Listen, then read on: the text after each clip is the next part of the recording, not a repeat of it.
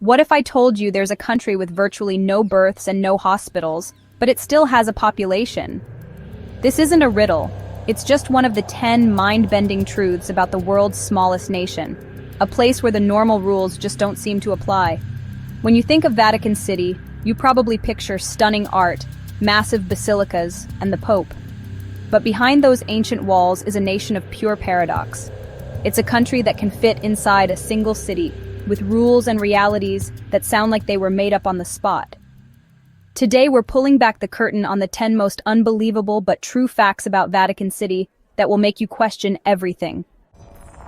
Let's start with the basics, which are somehow not basic at all.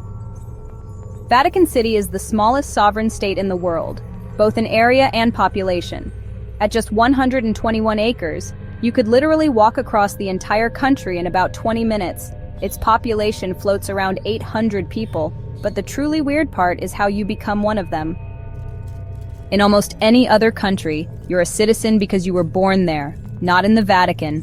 There are no hospitals, so almost nobody is born within its walls. Instead, citizenship is granted based on your job.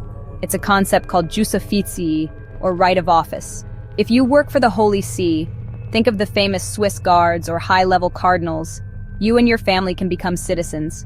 But here's the kicker. The moment your job ends, your citizenship is revoked. Even kids of citizens have their citizenship automatically stripped when they turn 18. Okay, this one sounds completely impossible. But statistically, it's true. The Vatican has the highest per capita crime rate on the entire planet. But before you picture some crime-ridden back alley, relax. It all comes down to simple math. With only 800 residents and over 18 million tourists flooding in each year, it just takes a handful of pickpocketing incidents to make that per capita number go through the roof. The crimes are almost always petty thefts in St. Peter's Square, committed by tourists against other tourists. You might think it's the French or the Italians, but you'd be wrong. The residents of Vatican City drink more wine per person than anyone else in the world. On average, every resident consumes about 79 liters of wine a year. That's over 99 bottles each. A few things explain this. The population is mostly older men, and wine is a huge part of religious ceremonies. On top of that, the Vatican has its own duty-free supermarket, which makes getting good wine way cheaper for its residents. So why would a tiny country in Europe need a high-tech telescope on the other side of the planet? To see the heavens, of course. The Vatican Observatory is one of the oldest astronomical research centers in the world, but eventually, the light pollution from Rome got too bright. So in the 1990s, they built the Vatican Advanced Technology Telescope, or VATT for short, on Mount Graham in Arizona, where the desert sky is one of the clearest on Earth. Here's a fun one. As a nod to its ancient roots, the Vatican Bank's ATM actually gives you the option to do your transaction in Latin. So, if you ever need to withdraw some cash, you can select Lingua Latina from the menu. It's a small touch, but it's a perfect symbol of how the Vatican blends ancient tradition with modern life.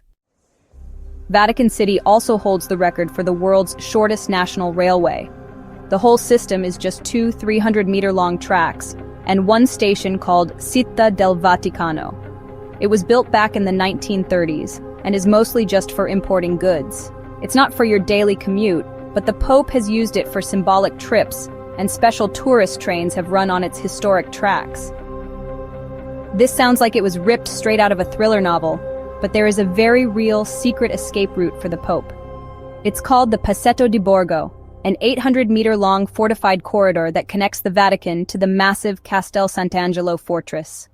It was built way back in 1277 as an escape hatch, and it got its most famous use in 1527, when Pope Clement VII had to flee through it to escape certain death during the sack of Rome. Most countries are proud to have a few UNESCO World Heritage sites. The Vatican? The whole country is one. It's the only nation on Earth to get this honor. The designation was given in 1984 and recognizes that every single inch of this tiny state, from St. Peter's Basilica to the Vatican museums, is culturally and historically priceless to humanity. The Vatican's economy is just as strange as its laws. It doesn't charge its employees income tax. Its entire financial system is propped up by donations from Catholics all over the world, ticket sales from its museums, and selling its own unique postage stamps and souvenirs. This setup allows it to operate as a completely independent island of faith, with its very own economic playbook. So, which one of these facts genuinely surprised you the most? Let us know in the comments below. From its here today, gone tomorrow citizenship to a secret spy movie escape route, Vatican City really is playing by its own rules. If you had fun uncovering these strange truths, make sure to hit that subscribe button and ring the bell so you don't miss our next video. Thanks for watching.